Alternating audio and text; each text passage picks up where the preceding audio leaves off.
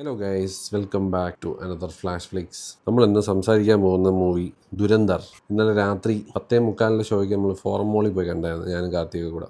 ഇത് ഏകദേശം 3 hours 30 minutes അടുപ്പിച്ചുണ്ട് ഈ പടം. പക്ഷേ guys, surprisingly from A Hindi movie കുറേ നാൾക്ക് ശേഷം നല്ലൊരു അടിപൊളി പടം വന്നിരിക്കുകയാണ്. ആക്ച്വലി എല്ലാ ഡിപ്പാർട്ട്മെൻറ്റിലും പൊളിയാണ് ഈ പടം. ലൈക്ക് ഡയറക്ഷൻ നമ്മുടെ ആദിത്യ ധറാണ്, യൂറിയുടെയൊക്കെ ഡയറക്ടർ. പുള്ളി കുറച്ചുകൂടെ ഒരു 1 step ഡെവലപ്പ് ആയിട്ടുണ്ട് ഈ ഒരു പടത്തിൽ.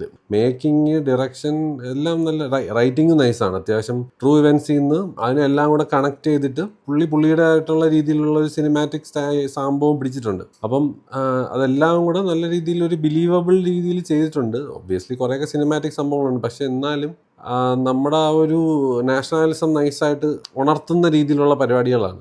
കഥ കൂടുതലും പാകിസ്ഥാനിലാണ് നടക്കുന്നത് കേസ്. സോ ബേസിക്കലി ഡയറക്ടറിന്റെ ഭാവനയിലുള്ള കാര്യങ്ങളാണ് പുള്ളി ഈ മൂവിയിൽ സെറ്റ് ചെയ്ത് വെച്ചേക്കുന്നത്. അവിടെ എന്തായിരിക്കും നടന്നിട്ടുള്ളത്, അതോ ഇന്ത്യയിൽ ഇങ്ങനെ ഒരു ഓപ്പറേഷൻ ഉണ്ടായിരുന്നോ ഇല്ലേ എന്നുള്ളതിൻ്റെ കേസ് ഡിബേറ്റബിൾ ആണ്. എനിക്ക് അറിഞ്ഞൂടാ. ഞാൻ ഇതിനെപ്പറ്റി ഇനി മൂവി കണ്ടതിന് ശേഷം കുറച്ച് ക്യൂരിയസ് ആയിട്ടുണ്ട്. ഇതിന്റെ റിയലിസ്റ്റിക് സൈഡ് ഓഫ് സംഭവങ്ങളുണ്ടല്ലോ. പടത്തിൽ തന്നെ പറയുന്നുണ്ട്, നമ്മുടെ ഗവൺമെന്റിന്റെ കുറെ അനാസ്ഥയൊക്കെ ചൂണ്ടിക്കാണിക്കുന്നുണ്ട്. എന്താ പറയുമല്ലോ, ഇൻഫർമേഷൻ കിട്ടിയാലും അത് അവോയ്ഡ് ചെയ്യാനുള്ള ഒരു മെഷേഴ്സും നമ്മളെ നാട്ടിൽ നടക്കാറില്ല. എല്ലാം നടന്നു കഴിഞ്ഞതിന് ശേഷം റിട്ടാലിയേഷൻ എന്ന് പറഞ്ഞൊരു സംഭവം മാത്രമേ ഉള്ളൂ ഇപ്പോഴും നടക്കുന്നത്. പണ്ടൊക്കെ എനിക്ക് തോന്നുന്നു മുമ്പ് ഇപ്പോൾ ഇവർ ഈ പറയുന്ന ഇൻസിഡൻസിലായാലും കുറച്ചൊരു കോൾഡ് ആറ്റിറ്റ്യൂഡ് എടുത്തു എന്നൊക്കെ ഉള്ള രീതിയിൽ കാണിക്കുന്നതാണ് ഈ മൂവി. അതിൻ്റെ ഈ ഒരു ഇൻസിഡൻസ് കാണിക്കുന്നതിന് കൂടെ പക്ഷേ ഈ മൂവി സംഭവിക്കുന്ന മൊത്തം അപ്പുറത്തെ സൈഡിലാണ്, പാകിസ്ഥാനിലാണ്. ഇന്ത്യയിൽ വളരെ കുറച്ച് സെഗ്മെന്റ്സ് മാത്രമേ അവർ ബേസിക്കലി ആ ട്രൂ ലൈഫ് സംഭവങ്ങളുടെയൊക്കെ ഫുട്ടേജും സംഭവങ്ങളൊക്കെയാണ് ഇവർ യൂസ് ചെയ്തേക്കുന്നത്. സോ ആ ഒരു രീതിയിൽ നോക്കുമ്പോൾ മൂവി ഈസ് വെരി എൻഗേജിങ്, മനസ്സിലായില്ലേ? അത് നല്ല രീതിയിൽ ഡയറക്റ്റ് ചെയ്ത് എഡിറ്റ് ചെയ്ത് ക്യാമറ വർക്കൊക്കെ ഒരു രക്ഷയല്ല കേട്ടോ. പിന്നെ ബ്രൂട്ടൽ ആക്ഷൻ എന്നൊക്കെ പറഞ്ഞു കഴിഞ്ഞാൽ മാർക്കോയെ കടത്തി വെട്ടുന്ന പോലെയും തോന്നി, മനസ്സിലായില്ലേ? അയ്യോ, കാണുമ്പോഴേ നിങ്ങൾക്ക് മനസ്സിലാവും. അതും പക്ഷെ നല്ല രീതിയിൽ ചെയ്തിട്ടുണ്ട് കേട്ടോ. ഏകദേശം നമുക്ക് ഒരു ഇന്ത്യൻ പടം ഈ ലെവലിൽ സ്റ്റാൻഡേർഡ്സിലും ഇത്രയും നല്ല ബഡ്ജറ്റിലും നല്ല രീതിയിൽ യൂസ് ചെയ്തിട്ടുണ്ട്. അപ്പം അത് നിങ്ങൾ കാണുമ്പം വേർത്താണ്. Movie experience will be really nice. ആ 3.5 മണിക്കൂർ പോയതറിഞ്ഞില്ല, മനസ്സിലായില്ല? അത് കണ്ടോണ്ടിരിക്കാം, ബോറടിക്കില്ല നിങ്ങൾക്ക്. ഒബ്വിയസ്ലി ബിക്കോസ് നമുക്ക് ഈ ഒരു ടോപ്പിക്ക് ഭയങ്കര സെൻസിറ്റീവാണ്, ഇന്ത്യ പാകിസ്ഥാൻ എന്നുള്ള സാധനം. ഒബ്വിയസ്ലി നമ്മുടെ നാട്ടിൽ അത് സെല്ലാവും. സോ ആ ഒരു ഇതിൽ നോക്കി കഴിഞ്ഞ് കഴിഞ്ഞാൽ ദിസ് ഈസ് വെരി എൻ്റർടൈനിങ്, മനസ്സിലായില്ല?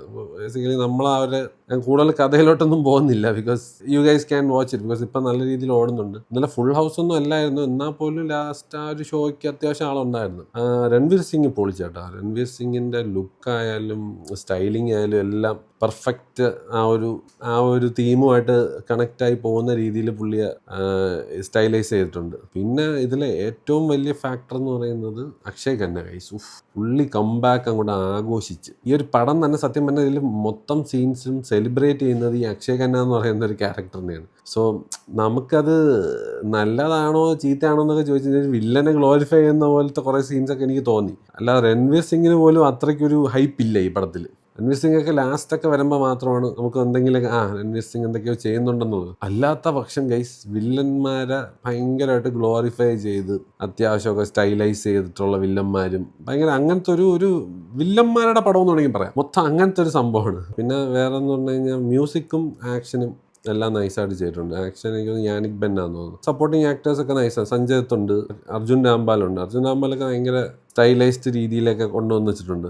ആ ഒരു രീതിയിൽ എല്ലാവർക്കും ഞാൻ പറഞ്ഞില്ലേ, കുറച്ചൊരു ഗ്ലാമർ പരിവേഷം കൊടുത്തിട്ടുണ്ട് ഈ പടത്തിൽ. ഇറ്റ് വാസ് നോട്ട് നെസസറി എന്നേ ഞാൻ പറയത്തുള്ളൂ. ബിക്കോസ് വില്ലന്മാരെ ഗ്ലോറിഫൈ ചെയ്ത് കാണിച്ചിട്ട് പ്രത്യേകിച്ച് ഇങ്ങനത്തെ ഒരു പടത്തിൽ ആ ഒരു സാധനമുണ്ട്. അതങ്ങനത്തെ രീതിയിലുള്ള ഒരു വൈബൊക്കെ ഉണ്ടാക്കി വെച്ചിട്ടുണ്ട് ഇവരൊക്കെ വരുമ്പോൾ. പിന്നെ നെഗറ്റീവ് കാര്യങ്ങൾ മൊത്തം വയലൻസ് ആണ്. അത് വേറൊരു വയലൻസ് നല്ല രീതിയിലുണ്ട്. വയലൻസ് കാണാൻ ഇഷ്ടമല്ലാത്തവർ പോകരുത് ഈ പടം. ഏകദേശം പക്ഷേ ആക്ഷൻ സീൻസും സംഭവങ്ങളൊക്കെ മാർക്കോയും കാട്ടി ബ്രൂട്ടലായിട്ടുള്ള രീതിയിൽ പിക്ചറൈസ് ചെയ്തിട്ടുണ്ട്. സോ അതൊന്നും മനസ്സിൽ വെക്കുക ഗൈസ്. കൊച്ചു പിള്ളേരെ ഒന്നും കൊണ്ടുപോകില്ല. സൂപ്പർ ഹെവി ബ്രൂട്ടൽ സീൻസ് ഉണ്ട് കുറേയൊക്കെ. മെച്യൂർ ഓഡിയൻസിനുള്ള സംഭവമാണ്.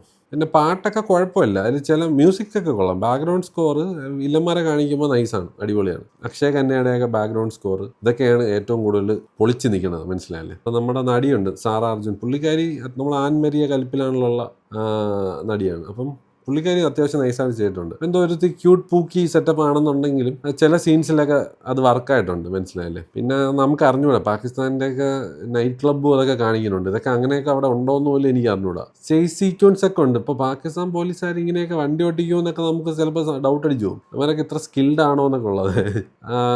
അതല്ലാതെ most of the time this is okay. നമുക്കത് അത്രയ്ക്ക് ബോറൊന്നും അടിക്കൂല. ഇത്രയും വലിയ ലെങ്തി മൂവി ആയിട്ട് പോലും ഇറ്റ് വാസ് എന്റർടൈനിങ്, മനസ്സിലായില്ലേ. അത് successfully done by the director. Most probably there may be a sequel to this. എനിക്ക് ഉറപ്പില്ല, ചിലപ്പോൾ അത് ഉണ്ടാവാം, ചിലപ്പോൾ അത് ഉണ്ടാവില്ല. Because most of the films these days just hint at another movie. അത് ബിക്കോസ് മേ ബി അത് ക്ലൈമാക്സിന് വേണ്ടി അത് ചെയ്യുന്നതാവാം. ലൈക്ക് ക്ലൈമാക്സ് ഒരു കംപ്ലീറ്റ്നെസ് ഇല്ലാത്ത പടങ്ങൾ, അല്ലെങ്കിൽ അതിനെങ്ങനെ എൻഡ് ചെയ്യണമെന്ന് അറിഞ്ഞാത്ത പടങ്ങൾക്ക് ഇപ്പം എനിക്ക് തോന്നുന്നത് ഒരു സീക്വൽ എന്നുള്ള നിലയിൽ ഇങ്ങനെ കാണിക്കും. എന്നിട്ട് ഇതിൻ്റെയൊക്കെ ബാക്കി ഇനി അടുത്ത പടത്തിൽ വരാൻ ചാൻസ് ഉണ്ടെന്നുള്ള രീതിയിൽ അങ്ങനെ ഒരുപാട് പടം നമ്മളിപ്പോൾ കാണാറുണ്ട്. വേർ ദർ ഈസ് നോ, എന്താ പറയാലോ, ഒരു ഷുവറിറ്റി ഒന്നും ഇല്ല. പിന്നെ എഡിറ്റിംഗ് അടിപൊളിയായിട്ട്, സിനിമാറ്റോഗ്രഫി അയ്യോ പൊളി സെറ്റപ്പാണ്. ചില സീൻസൊക്കെ നമ്മൾ കാണണം, അടിപൊളിയായിട്ട് പിക്ചറൈസ് ചെയ്തിട്ടുണ്ട്.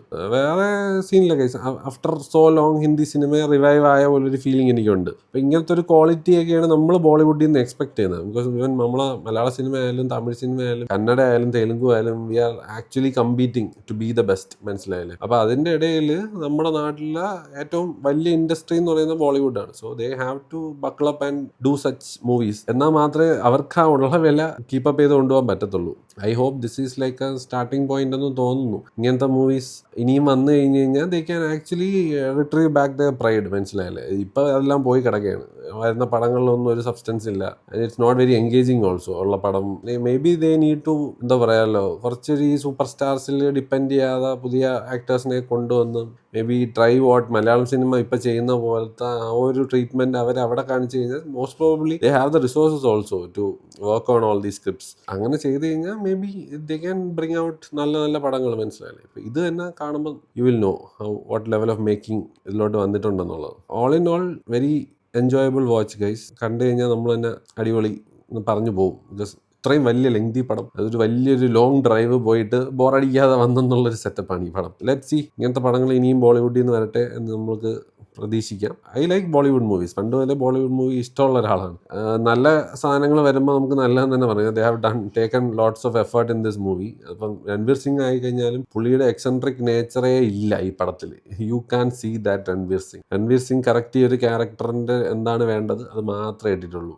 Which was very commendable. പുള്ളിയുടെ ഒരു എക്സെൻട്രിക് നേച്ചർ സംഭവങ്ങളൊന്നും മാക്സിമം പുള്ളി കൺട്രോൾ ചെയ്ത് അഭിനയിച്ചിട്ടുണ്ട് ഈ പടത്തിൽ. വേറെ മാധവനുണ്ട്, അതും കൂടെ പറയാൻ വന്നത്. Madhavan also has done A good job. Like പുള്ളിയുടെ എക്സ്പ്രഷൻസിലായാലും പുള്ളിയുടെ ആ ഒരു ഡയലോഗ് ഡെലിവറി എല്ലാം അടിപൊളിയായിട്ടുണ്ട് ഈ പടത്തിൽ. ഒരുപാടൊന്നുമില്ല, പക്ഷേ ഉള്ള സീൻസിലൊക്കെ പുള്ളി നല്ല രീതിയിൽ ചെയ്തിട്ടുണ്ട്. അപ്പം അങ്ങനെയാണ് ഗൈസ്. അപ്പം ദുരന്തർ ഒരു ദുരന്തമല്ല. ഐ വാസ് എക്സ്പെക്ടിങ് ഈ പടം ഒരു ദുരന്തമായിരിക്കുമോ എന്നൊരു പേടി എനിക്കുണ്ടായിരുന്നു. ബിക്കോസ് ഹിന്ദി സിനിമയുടെ കണ്ടീഷൻ കറണ്ട് ഒരു സിറ്റുവേഷൻ വെച്ചിട്ട് അതാവാനായിരുന്നു ചാൻസ് എന്നുള്ള എനിക്കൊരു, എന്താ പറയുക, ഒരു ഡൗട്ട് ഉണ്ടായിരുന്നു. ഇത്രയും വലിയൊരു സ്റ്റാർ കാസ്റ്റിനൊക്കെ അവർ എങ്ങനെയൊക്കെ അത് ബാലൻസ് ചെയ്ത് കൊണ്ടുപോകുന്നൊക്കെ ഉള്ളൊരു പേടിയുണ്ടായിരുന്നു.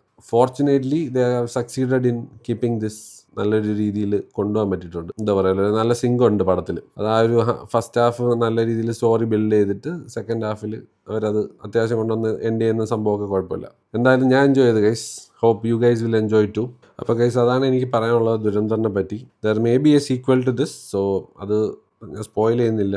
U guys can watch the movie and see for yourself. നിങ്ങൾക്ക് എന്താണ് തോന്നുന്നത്, ഇതിലൊരു സീക്വൽ ഉണ്ടാവാൻ ചാൻസ് ഉണ്ടോ ഇല്ലേ എന്നുള്ളത് നിങ്ങൾ പറയുക. Because like I said there are so many movies who tease it പക്ഷേ ഡസൻ കം ഔട്ട്. ഈ ഒരു ഇൻസ്റ്റാൾമെൻറ്റ് ഇസ് റിയലി ഗുഡ്. ഇതെന്തായാലും നിങ്ങൾ കാണുക. ബിക്കോസ് സംഭവം കൊള്ളാം, എൻജോയബിൾ ആൻഡ് എൻ്റർടൈനിങ് ആണ്. Same like any other Bollywood movie. ആ ഒരു, എന്താ പറയുമല്ലോ, ഫോർമാറ്റും ടെംപ്ലേറ്റും പിടിച്ച് പോയേക്കുന്ന ഒരു പടമാണ്. So whoever likes all this masala and അടിയിടി ഇന്ത്യ പാകിസ്ഥാൻ വാർ സംഭവങ്ങൾ, ആ ഒരു പരിപാടി ഇഷ്ടമാണെന്നുണ്ടെങ്കിൽ must watch movie guys. It will not disappoint you. കട്ട ത്രില്ലാണ്. ജയ് ഹിന്ദ്.